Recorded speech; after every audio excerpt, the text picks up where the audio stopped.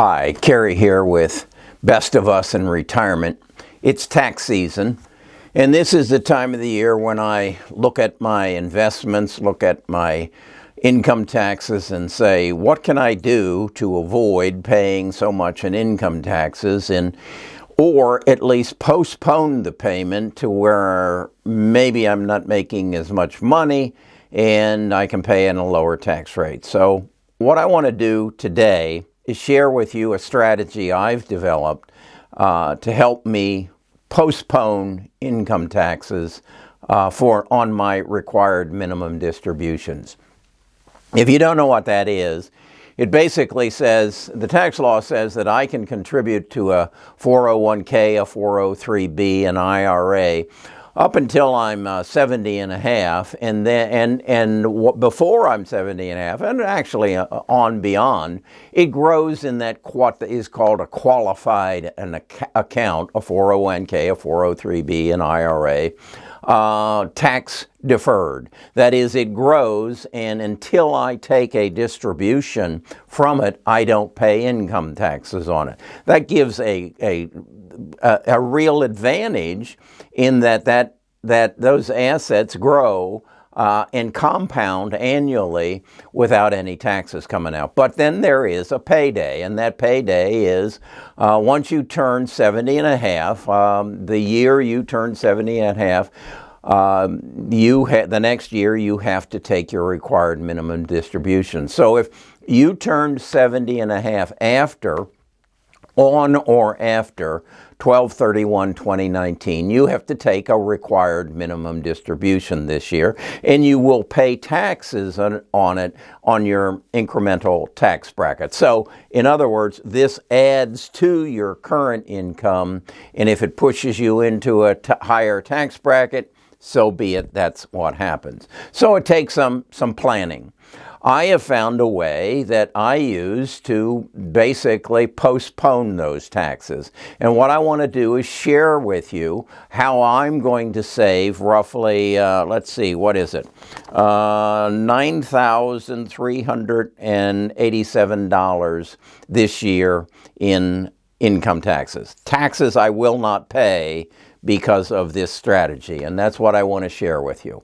So what I did was I created a PowerPoint presentation, very professional, I might add, so that you can follow through exactly what I'm doing with my IRA. So here it is. My IRA had a value of $599,828.89 on December the 31st, 2020. And that's the number that the IRS uses to calculate my required distribution. What they do is they figure my life expectancy at 21.2 years. So they divide that 21.2 into that 599,828, and they come up with my required minimum distribution of $28,293, and I must take it by December the 31st, 2012. So within the next couple of days. So with that, then I look at it and say, what is my potential tax exposure? Well, if I'm at 15%, that's $4,244, 25%, it's $7,073, and 33%, it's $9,387. Well, this will push me, if I pay taxes on it, into that 33% tax bracket. Do I like that? No, I do not. I like to make money. I like to grow my portfolio and keep my money. But that's what they want from me. So let's go to the box down below that. This is Kerry's LLC. Kerry has a business called Best of Us. And Best of Us does video presentation. It sells my books. It collects this is my biggest affiliate marketing, NMN. It collects income off of that. And so and then I sell real estate. So I have an income that I generate through my LLC, Best of Us. Inside that LLC, I hold a 401k. It is called a solo 401k. There are actually two parts to it. There is the employer, that's Best of Us, and there is Carrie Grinkmeyer, and that's me, and we are allowed to have one other employee, and that's Nita Grinkmeyer, but we won't go into her. We'll just deal with Carrie here.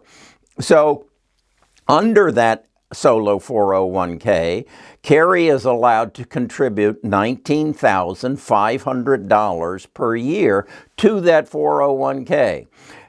His employer, Best of Us, is allowed to contribute 25% of his gross income, and that would amount to $38,500. So that comes out to be somewhere around, what is that, $67,000, $67,000 that I can contribute to that 401k.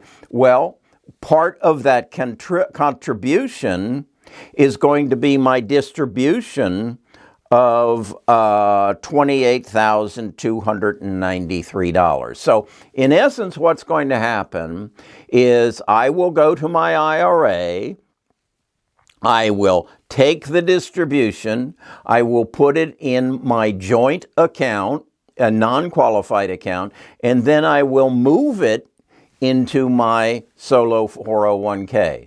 So I've taken the $28,000 that is going to incur a $9,387 tax, and I've put it into the solo 401k, so I get a deduction for that, okay?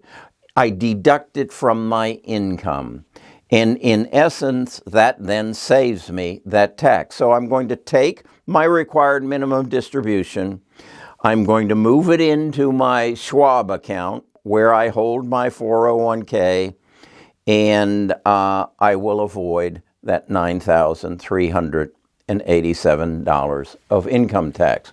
Now, will I eventually have to pay income tax on that? Probably, but I'm postponing it. Why would that be important?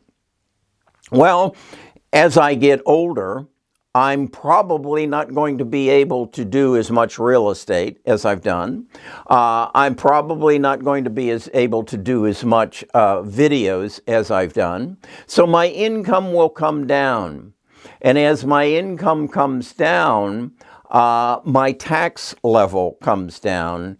And the impact of that $28,000 might go down to a 15% taxable exposure rather than a 33.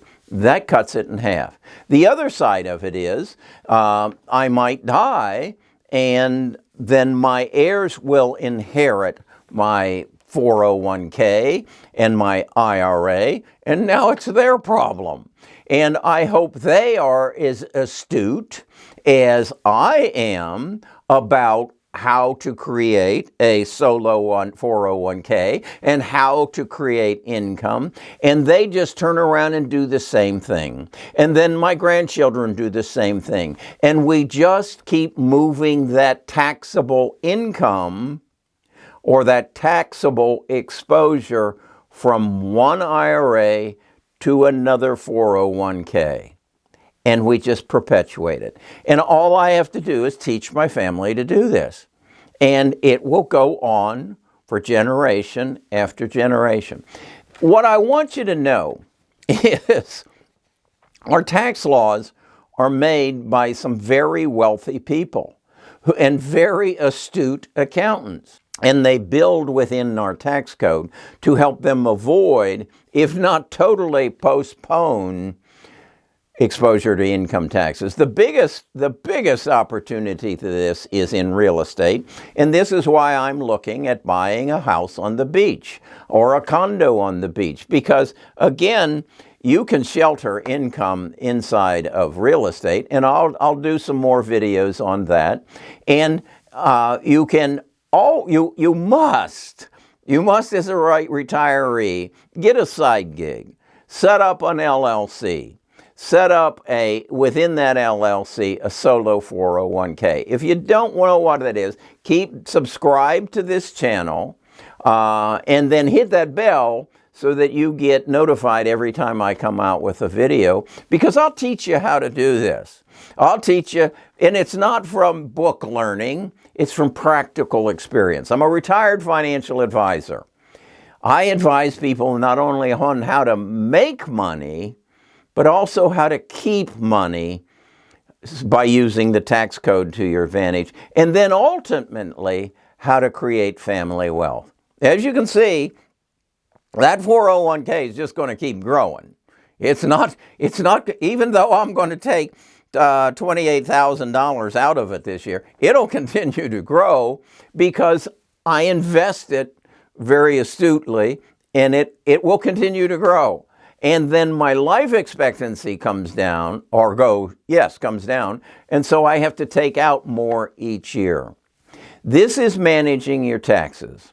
Now, how do you know what your required minimum distribution is? Wherever you hold it, that's your custodian. Mine happens to be E-Trade. They are required to notify you. In fact, what I did was just go to my account. I had to search to find required minimum distribution, and they'd already calculated it for me. So then I have the option, either I can sell some stock in my IRA and then move that $28,000 over, establishing a new cost basis on whatever I buy, or I can take some of the stock that is in my IRA and move it over to my joint account, and they will update my cost basis. So what you need to understand then is then you have, once you sell it in your non-qualified account, now you're exposed to long-term, short-term capital gains. With that in mind, what I also want you to know, and this is a whole nother video, is in my case, I'll never touch that money. And it will just grow in my investments. When I die, those holdings get a step up in basis, and thus they are not exposed to long or short-term capital gains. So just carry that through. This $28,000 that I'm going to put in my non-qualified account. Let's assume I live another 10 years, and that $28,000 grows to $100,000. So that, with that in mind, my family has roughly a $72,000 capital gain exposure. But no, if I don't sell that stock that I moved over, it gets a step up in basis and they pay no capital gains at my death. Now that's the kind of thing that smart people who understand our tax code know, and thus make good decisions of what am I going to buy with that $28,000, or what am I going to move over, so that I don't get exposed to, or my heirs don't get exposed to, long or short-term capital gains. Okay? It's not an easy subject, and it can't be covered in one video. But I hope this is timely. I hope that you see that, wait a second, I need to put a little bit more thought into this RMD, required minimum distribution, that you have to take out of your qualified accounts, 403Bs, 401Ks, IRAs, not a Roth IRA. That's a different video, okay? We'll talk about that on another occasion. But hope this helps you, and I'll be chatting with you again soon, I'm quite sure.